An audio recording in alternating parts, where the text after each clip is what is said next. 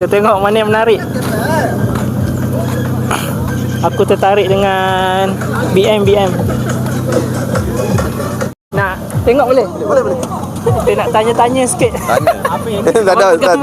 Alamak. Boleh lah. Ni BM model apa bang? Ni F30 Nampak tadi 3208. datang dah tarik perhatian dah. Ya. Ya. So ni apa dah buat bang? Ni dah buat Engine ni.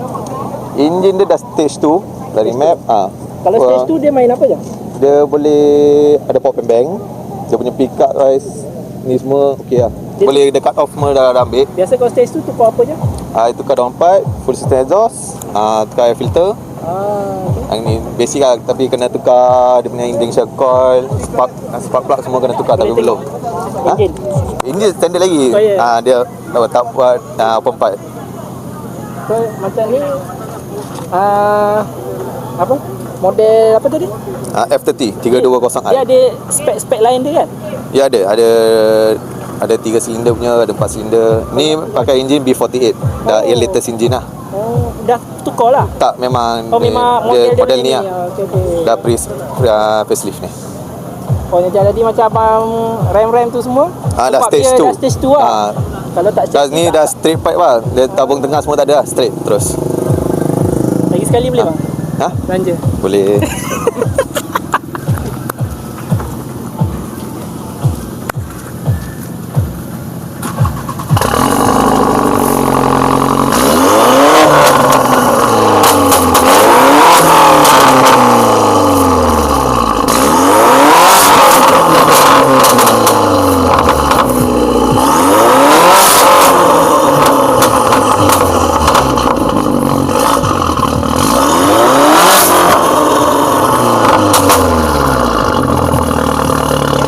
Bang. Terima kasih banyak. Kena panas dulu lah. F1 GT. F1 GT kalau pergi mana-mana memang lawa. Betul tak bang? Apa-apa kereta masuk F1 GT main handsome. Ya. Betul tak? Tapi dengan nak tukar 19 inci lah ni. Ni? Ni 18. Oh 18. Okey. Spek apa? Ni ya F1 GT. Sebelah JJ ah? Dah belakang 9. Lepas 85. Oh, jantam tina. Jantam tina. Dia warna kronik lah dia pakai. First kronik? Kalau on yang bising lah.